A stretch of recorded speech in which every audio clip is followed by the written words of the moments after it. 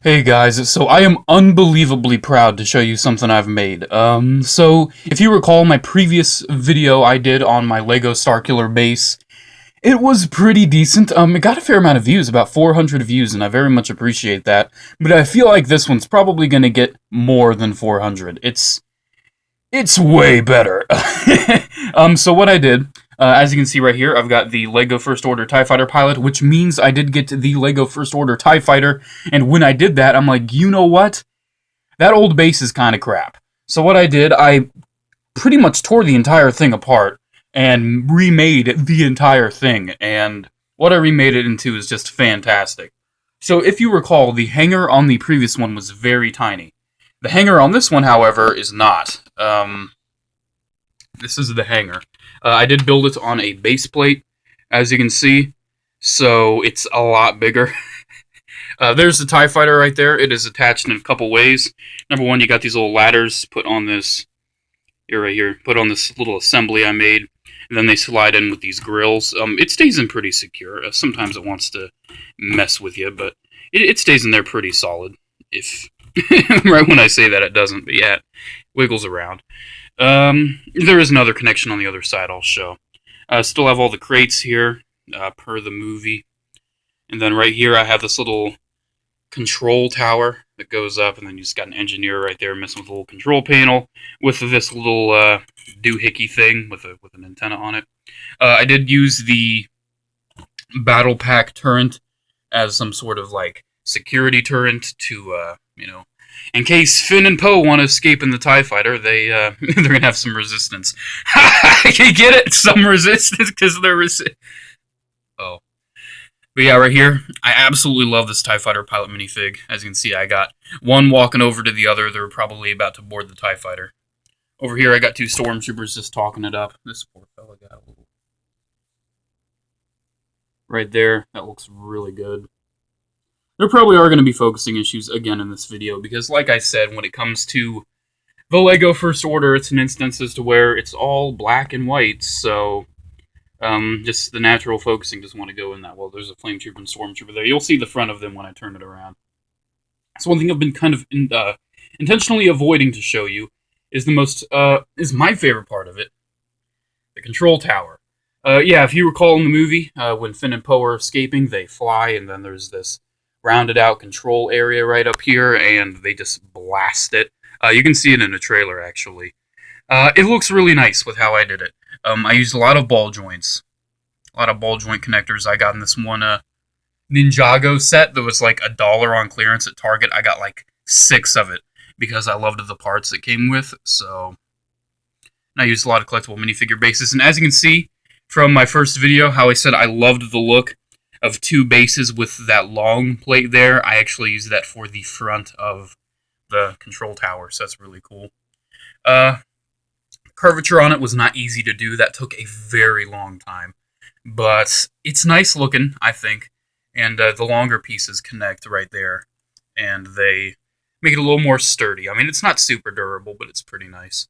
Right here, I did keep some elements, such as that little control panel that I very much liked. What this is very complicated. To get the nice striping, as you can see, I had to use a lot of these long pole pieces right here. And I also used some of the big white pieces, like this. And how I got the breakup on the big white pieces, I used studs on the side of components, and I just put those long plates there to kind of give it the continued striping. That was not easy to do. The first part I actually built was the little ladders here, and then I started building this. I didn't know what I was really going to do when I first started building it. I'm going to flip it. I'm just going to do a jump cut. It's probably going to be kind of difficult for me to flip it. It's a huge 48 by 48 base plate, so... As you can see, when it's flipped, the light saturation is pretty insane right now, but when it's flipped, you can see something else that is here, and that is the little catwalk I added. This was actually a last-minute addition. As you can see, it has a little floodlight right there, which I think looks really nice. Then right here, we just have a crew member. Oh, this is going to be really hard to shoot. Got a crew member right here. I'm going to have to flip it upside down for you. We got a crew member with a little control panel right there. And I want to add this in. I want like a little fuel tank because, well, that's actually supposed to be linked up. I got this little rubber piece that links up to the TIE fighter. I'd like to make it look like it has some sort of fuel rig. I'll probably add that in later. As you can see, the saturation is just absolutely awful.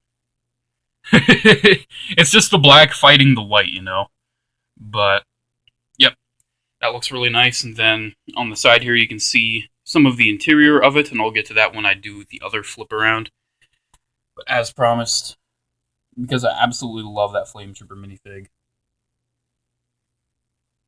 So yeah, that's this half of it. Now let's flip it over again so you can see the other half. I'm trying to work with the lighting so you can see it better. This is pretty much the meat and potatoes of the Mark II of the Starkiller base. As you can see, the control tower up here has some details, like the Vader worship room got canned, and for some reason one of these things got lost. I just need to replace it. I've got plenty of those pieces. Right here we've got a little cup I just wanted to put up there. We've got the officer that came with the TIE fighter right there, and he's just talking to Kylo Ren while Kylo Ren is here. Removing Kylo Ren to look at the panels a little more. Nothing too spectacular, but it's a thing. It's got a little button right there, and then as you can see how the curvature works on it. So let's put Kylo back. What else? I'll have to show that later. Right here, we've got a little armory, which is kind of hard to show. It's very tiny. Just has a little heavy trooper right here, and then it has all these weapons, tiny little pistols. And as you can see, it has another one of the custom-made heavy trooper guns. I don't know if there's a better way to build that, but I'd absolutely love to kind of change that a little bit, even though I'm happy with how it looks. Down here, I had to keep the interrogation room. Very excited to get a Rey at some point. Yeah, it's not too special. It's just a little room. Let's move this right here so you can get a closer look at one of my more... This was also in the original one, but I made some changes to it. The interrogation chair. I just love how I built.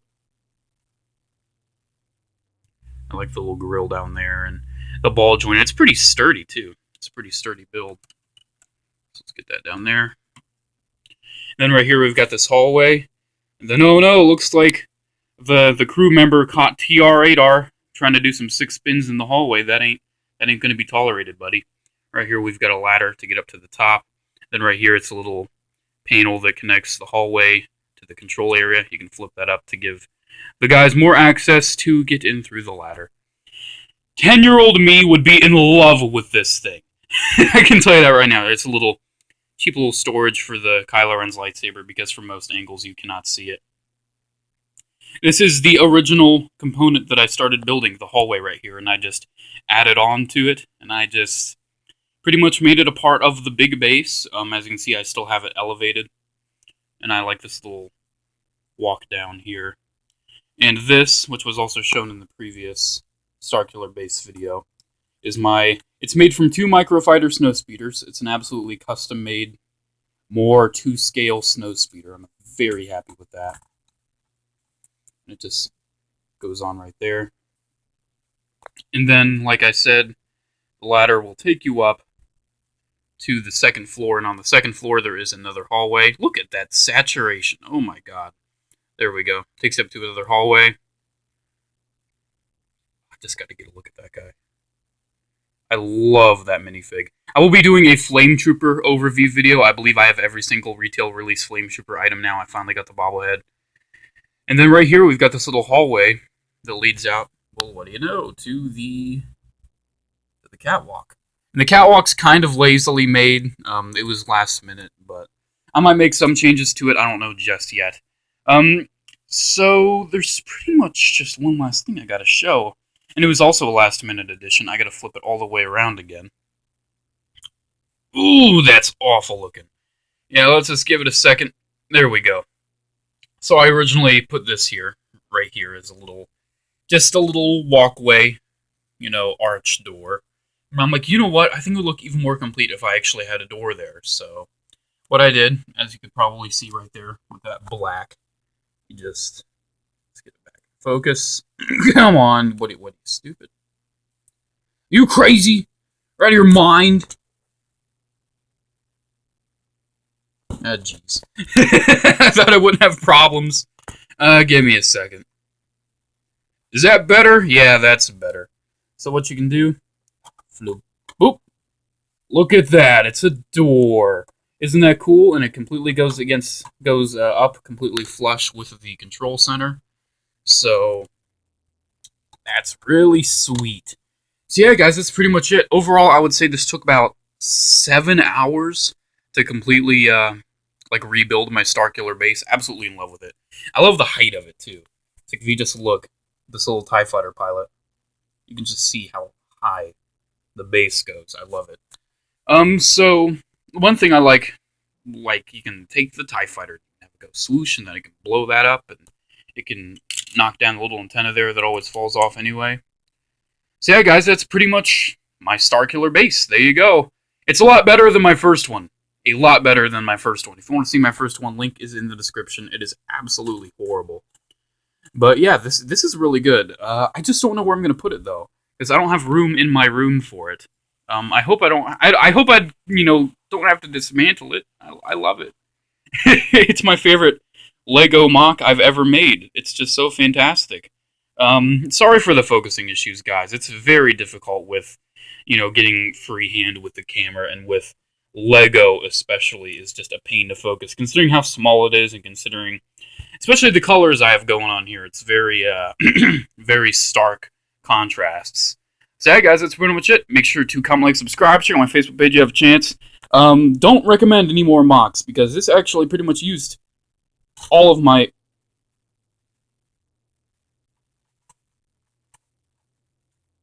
And pretty much used all of my pieces. One more thing I want to show, though. I did do this kind of intentionally. Here, let me shift this over again. One thing I like here... Here, let me get the flashlight off. One thing I like here with the grill piece on top, get some good lighting on top. When I say good lighting, I mean good lighting. It's actually not good lighting. What it's supposed to do, the grills kind of make the interrogation room look really creepy. But yeah, it's just completely oversaturating it. There you can see a little bit right there. Not really though. It works better with lesser intense flashlights, and I don't really have one on me right now. So yeah, guys, that's pretty much my my video. Yeah, it used a lot of my parts. I really did have to, as you can see right here, take some liberties with the parts I had. So yeah, guys, that's pretty much it. Have a good day. May the force be with you. Bye.